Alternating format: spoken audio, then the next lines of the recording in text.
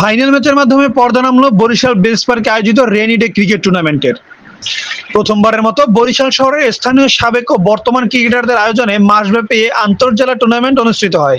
টুর্নামেন্টের আয়োজকরা জানান, এই টুর্নামেন্টের মূল উদ্দেশ্য ছিল যুব সমাজকে খেলাধুলার সাথে সম্পৃক্ত করা এবং মাদকের থাবা থেকে যুব সমাজকে দূরে রাখা। আমাদের বরিশালে প্রায় 8 থেকে 10 বছর কোনো লিগ হয়নি। বরিশাল জেলা খেলাধুলার দিক থেকে অনেক পিছানো। তো রিসেন্টলি আমাদের বরিশালে যারা ক্রিকেট প্রেমী আছেন এবং যারা ক্রিকেট খেলে থাকেন রেগুলার, কেউ ন্যাশনাল লিগ খেলে থাকেন, কেউ টেপ টেনিস খেলে থাকেন, কেউ ঢাকা লিগ খেলে থাকেন, তারা সবাই মিলে একটা উদ্যোগ নেওয়া হলো যে আমরা ক্রিকেটটা কন্টিনিউ করব। এরপরে সবাই মিলে আমরা এই বেলস পার্ক ক্রিকেটটা আয়োজন করেছি। এর আগে একটা টুর্নামেন্ট হয়েছে, এখন সেকেন্ড টুর্নামেন্টের আজকে ফাইনাল খেলা খুব সফলভাবে আলহামদুলিল্লাহ হচ্ছে। এবং আমরা যারা ক্রিকেট প্রেমী আছি আমাদের সাথে তাল মিলিয়ে যারা সিনিয়র যারা আছেন বরিশালে, যারা বিগত দিনে ক্রিকেট খেলেছেন, সবাই আমাদের সাথে সাধুবাদ জানিয়েছেন। বরিশাল শহরে আপনি দেখবেন বিগত দিনে অনেকগুলি মাঠ ছিল, বিএম কলেজের মাঠ ছিল, মেডিকেলের মাঠ ছিল, বিসিকে মাঠ ছিল। এখন কোনো মাঠেই তেমন কোনো খেলা হয়নি এবং এখনও হচ্ছে না, কারণ আগে যারা উদ্যোগ নিতেন এখন তারা সেই খেলাগুলির আর উদ্যোগ নিচ্ছে না। তো আমি সবার কাছে দাবি জানাবো এবং আমাদের যিনি জেলা প্রশাসক আছেন তাদের কাছেও আমি আকুল আবেদন জানাবো যেন বরিশালের ক্রিকেটটা আরও সুন্দরভাবে হোক এবং সফলভাবে টুর্নামেন্টগুলি ছাড়া হোক, যাতে করে বরিশাল থেকে বিগত দিনে যেভাবে প্লেয়ার বের হয়েছে এখন যেন এই টুর্নামেন্টগুলির মাধ্যমে, এই খেলার মাধ্যমে যেন এই প্লেয়াররা বের হতে পারে। লোকাল প্লেয়াররা আলহামদুলিল্লাহ অনেক বেশি সাড়া দিচ্ছে। এই লোকাল অনেক ট্যালেন্ট আছে যেগুলো হচ্ছে এই টুর্নামেন্ট না ছাড়লে হয়তো বা আমরা বুঝতে পারতাম না। এখানে লাস্ট আপনার অলমোস্ট 130 থেকে 40 জনের মতো প্লেয়ার অ্যাটেন্ড করছে। সেখানে সিনিয়র আছেন কিছু, আবার উঠতি বয়সের কিছু ছেলেরা আছে যারা হচ্ছে এই ক্রিকেটের সাথে সম্পৃক্ত হয়েছে, আমাদের সাথে সাধুবাদ জানিয়েছে।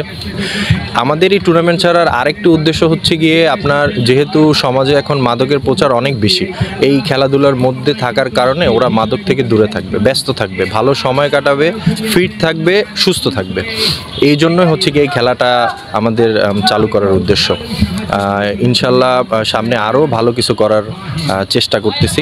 যদি সবার এরকম ভালো সাড়া পেয়ে থাকি পাই তাহলে হচ্ছে আমরা আরও ভালো কিছু করবো ইনশাল্লাহ।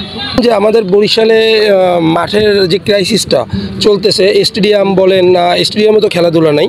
আর বরিশালে অনেক জায়গায় দেখবেন আগে যে মাঠ ছিল ওইগুলো হচ্ছে ভরে ফেলে বাড়িঘর করা হয়েছে। সেখানে এখন খেলাধুলার যে ছেলেপেলেরা যে মাঠমুখী হবে, যারা ক্রিকেট খেলবে, ফুটবল খেলবে, অন্যান্য যে খেলা আছে তারা ওইটা খেলতে পারে না। তো এই কারণে তারা দেখবেন যে মাদকের দিকে ঝুঁকে যাইতেছে।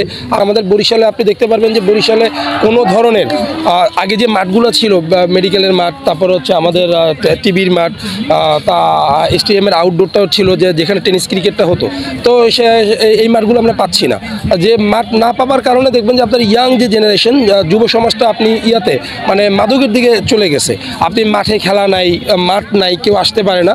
তো আমরা এই জন্য একটা বৃষ্টির সিজনে একটা চেষ্টা করেছি যে আমরা একটা টুর্নামেন্ট আয়োজন করার। আমরা সফলভাবে একটা টুর্নামেন্ট শেষ করেছি এবং এটার আজকে সমাপনী ফাইনাল, এটাও শেষের পর আজকেই শেষ দিন। তো আমরা আমাদের ইচ্ছা যে হচ্ছে বরিশালের যে দায়িত্বে আছেন, যে জেলা প্রশাসক আছেন, উনি আমাদের দিকে দৃষ্টি রাখবেন। কারণ হচ্ছে যাতে যুব সমাজটা খেলার ভিতরেই থাকে। খেলার ভিতরে থাকলে আপনি দেখবেন অনেক অপকর্ম হবে না। জেলা প্রশাসকের অনুরোধ যে উনি বরিশালে মাঠের ব্যবস্থা করে দিবে, প্রত্যেকটা এলাকায় একটা করে মাঠের ব্যবস্থা করে দিবে, যেখানে হচ্ছে আপনার ইয়াং জেনারেশন, যুব সমাজটা থাকবে, যারা খেলামুখী হবে, মাদক থেকে অনেক দূরে থাকবে। বরিশালের যে ক্রিকেটের যে অবস্থা, বরিশাল স্টেডিয়ামটা এখন পর্যন্ত আমরা হ্যান্ডওভার পাইনি। বরিশাল বিপিএল হওয়ার থেকে খুব সম্ভাবনা ছিল এবছরই যদি স্টেডিয়ামটা হ্যান্ডওভার করে দেয়।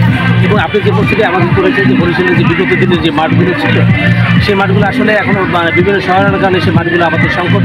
বিশেষ করে একটা এই যে বেলস পার্কে যেখানে একটি খেলা হচ্ছে, সুন্দর একটি খেলা হচ্ছে, আমি সাধুবাদ জানাবো বরিশালের প্লেয়ারদের, তাদের নিজস্ব অর্থায়নের প্লেয়াররা এখানে একটি খেলা আয়োজন করেছে, বলে ফেলেছেন। আপনার জেনে থাকবে বরিশালের দীর্ঘদিন প্রায় 7 থেকে 8 বছর যাবৎ কোনো খেলা তা আমরা চাচ্ছি যে ইনশাল্লাহ স্টেডিয়ামটা হয়ে গেলে ইনশাল্লাহ আমাদের সেই উদ্দেশ্য আমাদের কেটে যাবে।